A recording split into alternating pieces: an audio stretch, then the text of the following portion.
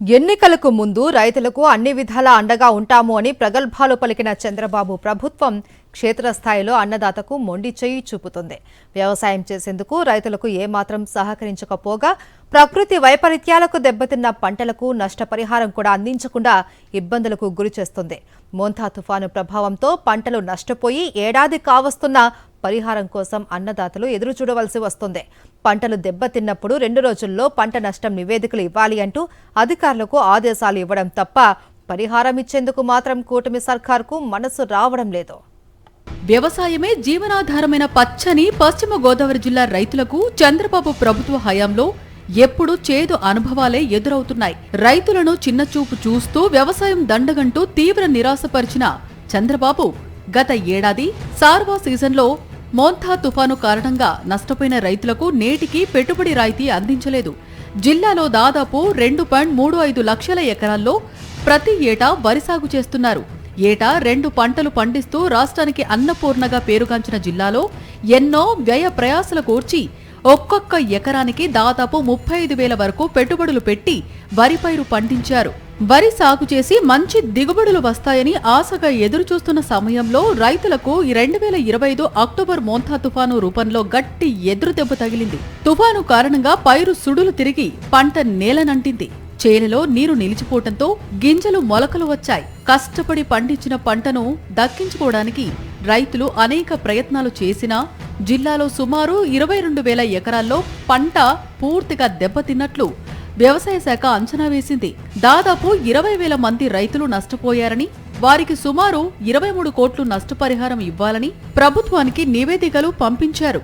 ఇప్పటికీ ఏడాది గడిచినా నష్టపోయిన రైతులకు ప్రభుత్వం ఎలాంటి పరిహారం అందించలేదు. దీనిపై రైతులు తీవ్ర ఆందోళన వ్యక్తం చేస్తున్నారు. దెబ్బతిన్న సార్వా పంట నిమిత్తం పరిహారం వస్తుందని, అప్పులు చేసి దాళ్వా సాగు చేశామని, నేటికి అప్పులు తీర్చలేక వడ్డీలు కట్టలేక తీవ్ర ఇబ్బందులు పడుతున్నామని ఆవేదన వ్యక్తం చేస్తున్నారు. మామూలుగా సార్లు బాగా లాసిపోయాము మేము. చాలా నేనే కాదు ప్రతి రైతు రాసిపోయారు. ఒక్క రూపాయి మాత్రం పడలేదండి. చాలా ఇబ్బందులు పడిపోతున్నాం. కౌలు రేటు డబ్బులు కూడా పడలేదండి.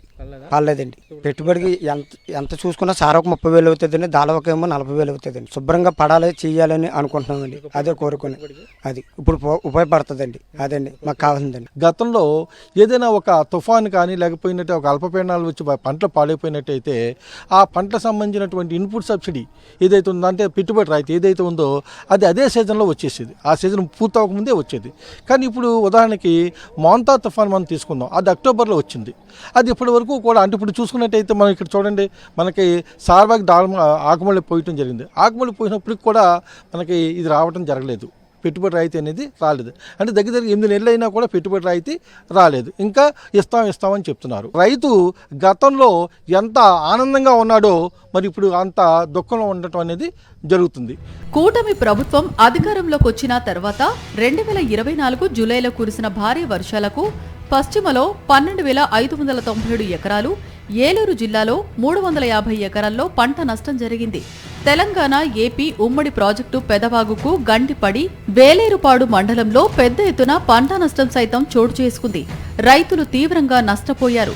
దెబ్బతిన్న పంటలకు ఎకరాకు 10,000 రూపాయల చొప్పున 11 కోట్ల నష్టపరిహారం ఇవ్వాలని వ్యవసాయ శాఖ అధికారులు ప్రభుత్వానికి నివేదించారు. ఇప్పటి వరకు రైతులకు పరిహారం అందించలేదు. ఆ తర్వాత 2025 అక్టోబర్లో మోంతా తుఫాను ఏలూరు, పశ్చిమ గోదావరి జిల్లాలను అతలాకుతలం చేసింది. పంట చేతికొచ్చే సమయంలో రైతులు తీవ్రంగా నష్టపోయారు. పశ్చిమ గోదావరి జిల్లాలో 20,000 ఎకరాలకు పైగా, ఏలూరు జిల్లాలో 12,560 ఎకరాలు, మొత్తం 35,000 ఎకరాల్లో పంట నష్టం జరిగింది. ఏడాది గడుస్తున్నా ఇప్పటికీ రైతులకు పరిహారం అందలేదు. దీంతో రైతుల పరిస్థితి అగమ్య గోచరంగా మారింది. పెట్టుబడి సాయం మాకేం రాలేదండి. అసలు తుఫాన్కి లాసిపోయాం కానీ మాకు గవర్నమెంట్ ఏమి ఇవ్వలేదండి. అసలు ఇప్పుడు పెట్టుబడికి ఏమో ఉపయోగపడుతుందండి. అప్పుడు ఇంతవరకు ఏ పంట ఏదైనా జరిగితే ఇచ్చేవారండి. ఇప్పుడు అలా రావట్లేదండి. యూరియా కూడా అప్పుడు కొరతలేదండి మాకు. అసలు యూరియా కొరతలేదండి. ఇక్కడికి వచ్చే యూరియా కొరతండి. మన సార్వాకి ఇబ్బంది పడ్డాను. ఇప్పుడు ఆగమడికి ఇప్పుడు నిన్న వరకు ఇవ్వలేదు. నిన్న నుంచి మొదలెట్టారండి ఇస్తాం. ఇప్పుడు ఆగమడి వేసి 10 రోజులు అవుతుంది. నిన్న నుంచి ఊరి వేస్తున్నారండి. మాకు ఇబ్బంది, చాలా ఇబ్బంది అండి. మామూలు ఇబ్బంది కదండి. మాకు దాల్వాలో తుఫాన్ వల్ల ధాన్యం పాడైపోయింది. చేను కోతలు రాలకుండా చేదారిపోయింది. అది మళ్ళీ మేము ఇప్పుడు ఆ డబ్బులు గవర్నమెంట్ రాసుకున్నది కానీ మాకేం పడలేదు. ఇప్పుడు మళ్ళీ ఆకుమూళ్ళు వేయాలంటే మాకు డబ్బులు లేవు. మేము డబ్బులు ఇబ్బంది పడుతున్నాము. మాకు గవర్నమెంట్ ఆ డబ్బులు వచ్చేలాగా చేయమని కోరుతున్నాము. అదే ఊరే భర్త గురించి పొద్దున్న సాయం కదా అక్కడ నుంచి వచ్చి మళ్ళీ మన్నాడు వచ్చి మళ్ళీ నుంచి వస్తుంది. ఆ మందు కూడా మాకు దొరకాలని చూస్తున్నాము. మందు కూడా రేట్లు ఎలా ఊరే భర్త 500 రూపాయలు 400 రూపాయలు అంటున్నారు, 14, 35, 2400 అంటున్నారు. ఆ రేట్లు కూడా చూసి మాకు మందు తక్కువ ధరలు అందాలని కోరుతున్నామండి. 2024 సెప్టెంబర్లో పెద్ద ఎత్తున వరదలు విరుచుకుపడ్డాయి. ఆ సమయంలో బుడమేరు పొంగి విజయవాడ మొత్తం ముంపునకు గురైంది. ఏలూరు జిల్లాలోని నూజివీడు, పెదపాడుతో పాటు పశ్చిమలోనూ పంట నష్టం జరిగింది. వారం రోజుల్లోనే పంట నష్టపరిహారం ఇస్తామని ప్రభుత్వం ప్రకటించింది. అన్నట్లుగానే జిల్లాలో దెబ్బతిన్న 7 కోట్ల పరిహారం అందించింది. కానీ అంతకు ముందు జూలైలో దెబ్బతిన్న పంటలకు గాని, మోతా తుఫానుకు దెబ్బతిన్న పంటలకు గాని నష్టపరిహారం ఇవ్వలేదు. గత వైఎస్ఆర్సీపీ ప్రభుత్వం దెబ్బతిన్న పంటలకు పరిహారం వెంటనే అందించేది. దీంతో రైతులకు ఎంతో కొంత ఊరట కలిగేది. కూటమి ప్రభుత్వం అందుకు విరుద్ధంగా వ్యవహరిస్తోంది.